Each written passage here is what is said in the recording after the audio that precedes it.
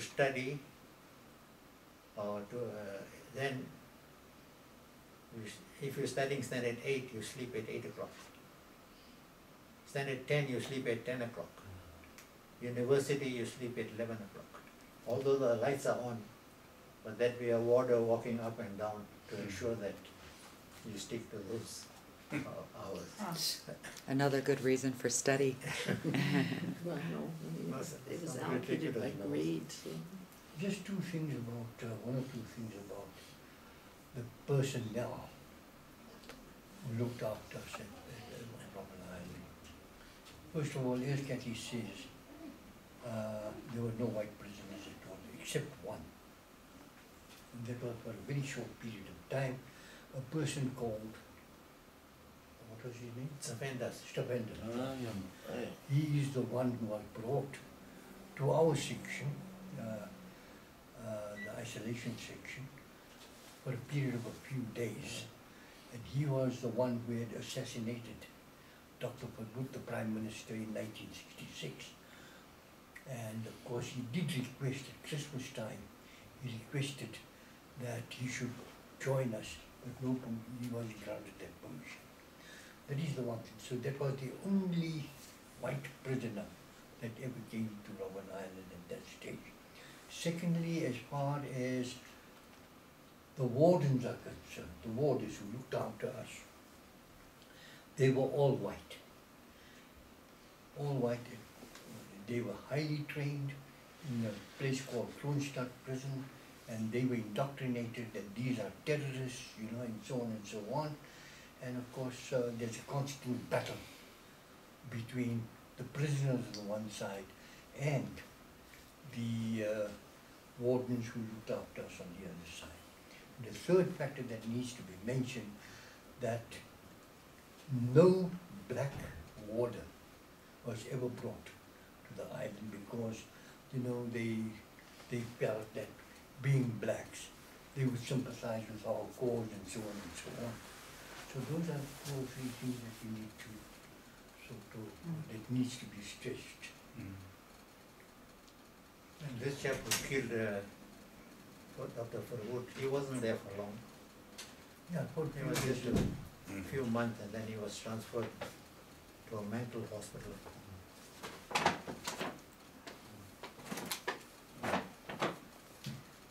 Did the wardens live on the island? Yeah. Yeah, I would think they'd have to.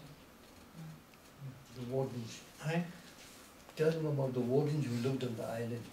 Oh, no, it was only white warders. All so-called non-white warders were removed as soon as political prisoners came there. So it was only white warders. But as I said, in the section where we stayed, there was absolutely no violence. But where they stayed, there was a lot of violence. But no political prisoner was killed, as I said.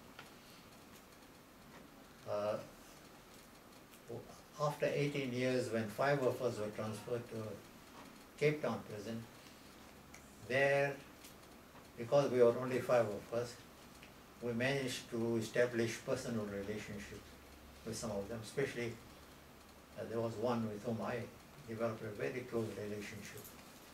So much so that his wife used to bake a Christmas cake for me. She still bakes, but now she bakes Christmas cake and birthday cake. Mr. Kathrada. But we launched his book about 3 to 4 weeks ago. He's written a book and we launched it. The warden? Yeah. Yeah. About you guys? That's His his experiences with the prisoners. Sir, when the Rivonia trial was coming to its obvious end, and there was the reality that there was this death, there was a very strong possibility of your being hanged. We've heard Mr. Mandela. How did you? It's a hang of a big question, sir. But how did you feel when you knew that those odds were right up in your face? You know, when we appeared, by the time we appeared in court, there was this 90 days law, Yeah. where the police interrogate you and they make it clear, if you don't give the information, you're going to hang. When we saw our lawyers, they said the same thing, prepare for the worst. So that until the very last day of sentence, the expectation was death.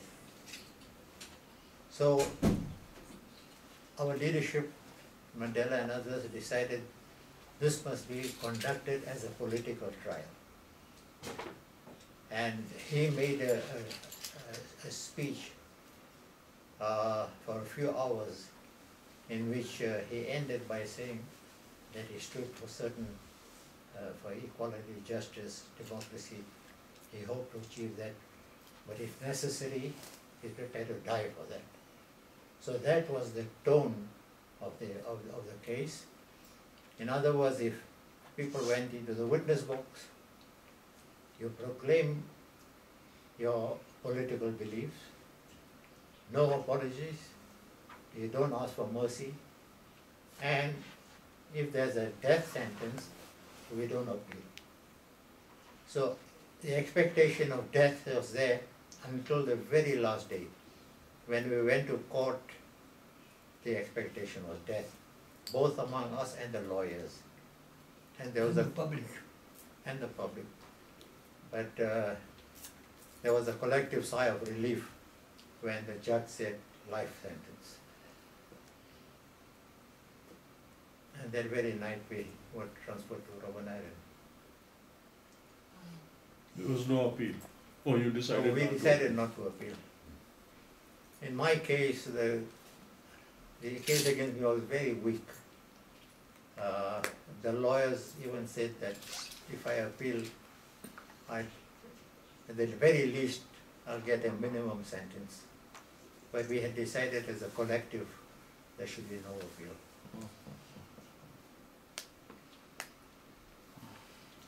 Did you urge the judge to give you the maximum? Did you? Did you urge the judge to give you the maximum punishment? Like Bapu used to? In those years, you don't have to urge. Yeah. They did it on their own. You see, for common law prisoners or criminals, the life sentence was reviewed after 15 years. They could be released. With political prisoners, there was no such thing. No remittance either. No limit, there was no review. And no remittance also. No remission. For good No conduct remission. or things like that. But in 1985, President Botha made an offer to all political prisoners that they'd be released on certain conditions. And less than 20 accepted that offer. Out of? Because there were conditions. And so the political prisoners refused to be released on Only the ones on Robben Island or all over South Africa? all political prisoners All. throughout the country. Like for instance, our white colleagues were not on Robben Island, our female colleagues were not on Robben Island. The offer was made to all. When did the process of possible changeover, the dialogue must have gone much earlier before. What had happened, declaration. once we were transferred, 5 of us were transferred to Portmore prison in Cape Town in 1982. That's when the 5 of us were staying in one cell. After 3 years, Mandela was removed from us and kept alone in the same prison. The policy of the African National Congress was, through the pressure of the mass struggle, aided by the armed struggle, and equally important, the underground struggle and the international solidarity, a combination of those forces to bring the other side to the negotiating table. So our policy was always a negotiated settlement. When we were at Portmore prison, Mandela was isolated from us, And that is where he started talking to the other side. But his approach was, I'm a prisoner, prisoners don't negotiate, can't negotiate. But I'm trying to facilitate talks between you, the government, and African National Congress. But in order to do that, you have to meet certain conditions. A, release all political prisoners. B, unban the organizations. C, allow all the exiles to come back. If you meet these conditions, then let us start talking. So by 1990, they accepted all the conditions. We were the first lot to be released in 1989.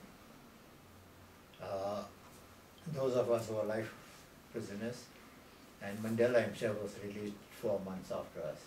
And then, of course, the negotiation process started. That took a number of years.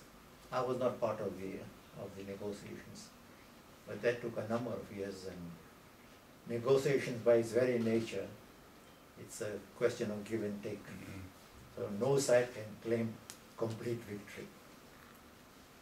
But that is where the first interim constitution was passed and led to the first elections, which brought the ANC into power. And then, of course, while we were in prison, there was the 1996, there was the other constitution, 1980, not in 96. 96 motion. Constitution. The final constitution, 96, eh? Yeah. 96, yeah. 96. Both of us were members of parliament in the first parliament. I was there for 5 years and Laloo was there for 10 years. Just one thing about 1990, I think is very important to mention this. The ANC had expressed its willingness to negotiate in good faith.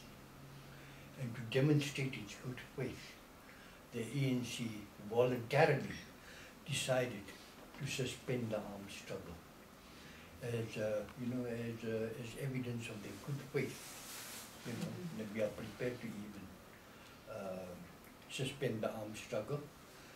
And of course, we who were part of MK, who were part of the military wing of the organization, of the African National Congress, were very upset about this. I was very angry about it. I mean, I must confess that, because here is an important weapon. We are forgoing a powerful negotiating tool, and to say to them we will suspend the armed struggle was totally out of order, in my opinion, and I still believe it was out of order at that particular stage. But on reflection, things worked out nicely from all sides. He's always been an extremist.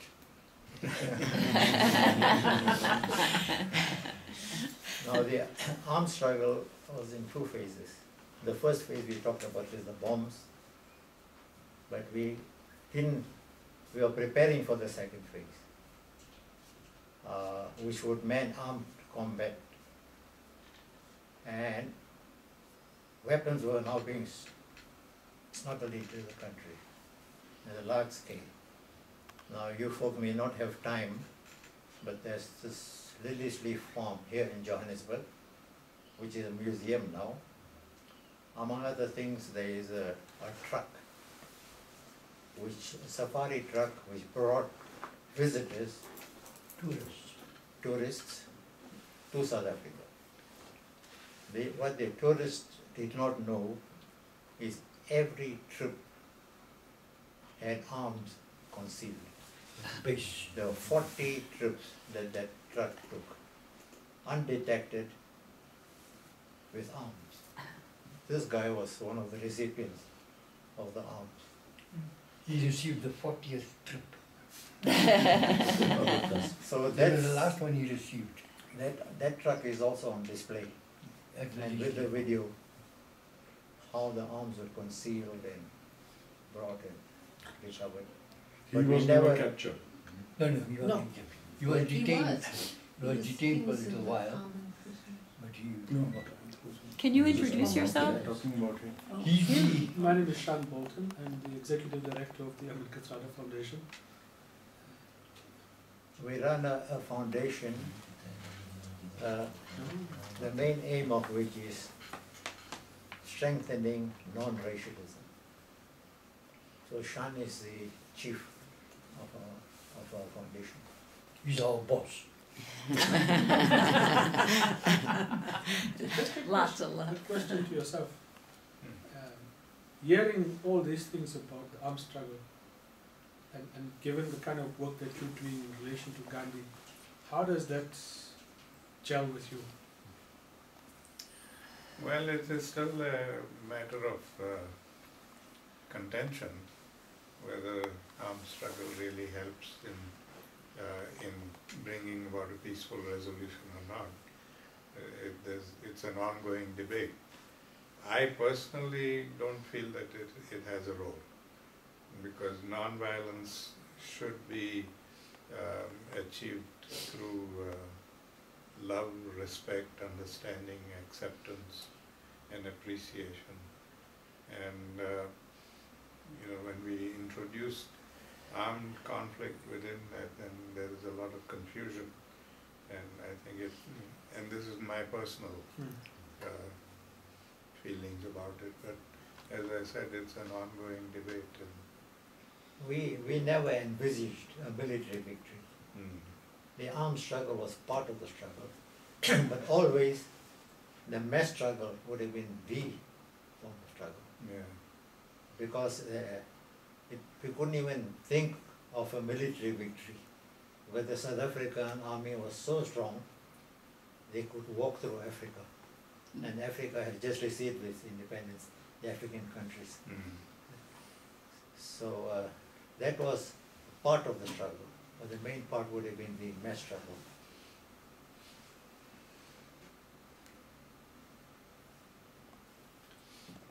But my personal understanding of non-violence, as my grandfather talked about it, was not just a protest, political tool or a weapon. Today a lot of scholars say that non-violence is a weapon to be used in certain situations, and I disagree with that. I said non-violence is a way of life. If you don't believe it and don't live it, you can't really practice it. It's not something that you can use now and give it up next time, like a tool. A gun you can use and put it away, but non-violence is something that you have to believe in and incorporate in your life. And if you can then learn to build better relationships at all levels. Today our relationships are all self-motivated. We are always selfishly interested. What are we going to gain from each other? And if I don't gain anything from the relationship, why should I bother to cultivate? And that kind of a relationship starts a conflict. Because the moment you stop gaining anything from the other person, you don't care about that person, whatever happens to them. So I understand my grandfather's philosophy to mean that we have to start at personal level to learn how to build relationships that are based on the mutual respect, understanding, acceptance, and appreciation. Today we identify people by many labels. We have religious labels, economic labels, national labels, you name it and we have a label. And we identify each one of us by those labels. And Bapuji said that we must remove all those labels and begin to look at each other as human beings. Whatever our race, whatever our nationality, wherever we may come from, we are all human beings going to the same ultimate end. And we just got to assist each other in making this life better for all of us. So if we have that kind of an outlook towards each other, then we reduce conflicts. A lot of the conflicts are based on, because we're all exploiting each other for whatever reason.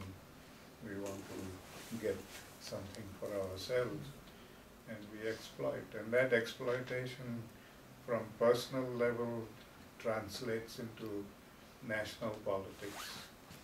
Today, every country in the world has its foreign policy based on what is good for that country, not what is good for the world. Nobody cares about the world. We are only concerned about our country.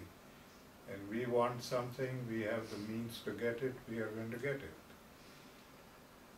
We don't care about the consequences of that to the rest of the world. Now we assume that each country can be stable and secure by itself, that they can have a strong army and weapons of mass destruction, and they can protect themselves. But if the rest of the world is going down the tube, we are going down with them. However powerful we may be, or however rich we may be, we are going down with the rest of the world. So the security and stability of any country depends on the security and stability of the whole world. And we have to work on that outlook. Well, in the end, we did have a peaceful transition. Yeah.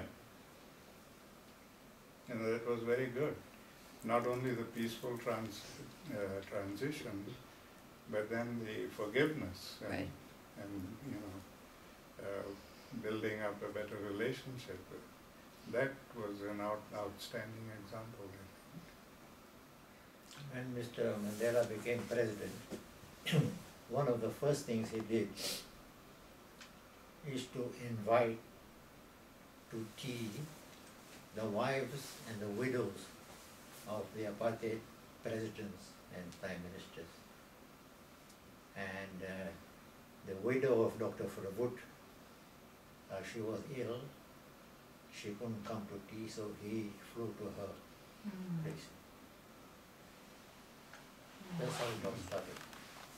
Yeah, that was a wonderful example of And forgetting. she stays in a place that is reserved only for white Afrikaners. Did they let him in? Yeah, they let him in. She treated him very well. Grudgingly, probably. I know, from all accounts, Mm.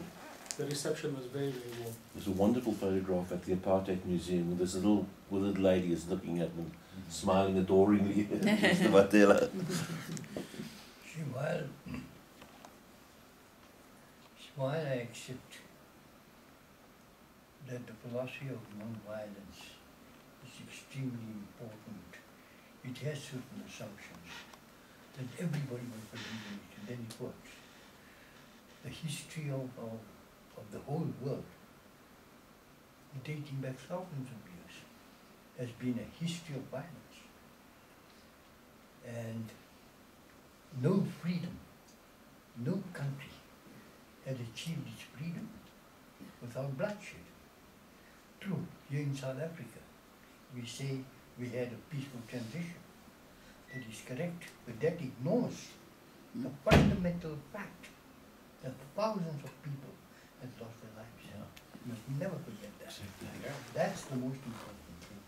So we cannot assume that while there is this philosophy of non-violence, which is wonderful, which is great, but it can only work if each and every one of us adheres to it. And by and large, the imperialists and the colonialists of this world have never accepted it. Today, If they had accepted it, they wouldn't be colonialists. Yes, exactly. They wouldn't colonize the world. that is the The problem. whole fact is that the people were greedy, they were wanting And to that is the problem. exploit, and they went and colonized the whole world and Yeah. created all these conflicts.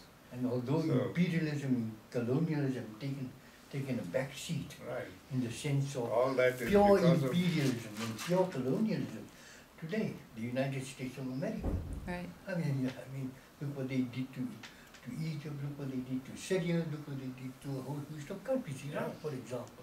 It is, Wherever they've been, yeah. they've left those countries in a mess. Absolutely. It's not just the imperialism, it's more materialism. They colonized the world because of material wealth. Right.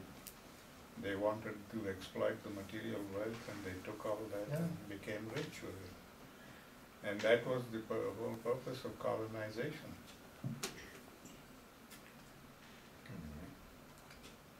I think of significance for us this year is that it is the centenary of Gandhiji's departure from South Africa on the 19th of July, 19th of July. And together with the Indian High Commissioner here, we are planning a fairly big event at Tolstoy Farm. And that will start a whole process of restoration of the farm itself as a place of remembrance. But on Thursday, we also mark the 50th anniversary of the sentencing of the Rivonia Trialist. So they're fairly key centenary and half centenary dates that we will observe in the country. You had a wonderful lunch at Tolstoy Farm yesterday. Yeah. There's nothing there, Yes. just the foundation. So it's very special. And that's good. That's great. How long are you going to be in Johannesburg? We leave tomorrow morning, Oh, that's not bad. very early in the morning. We're going from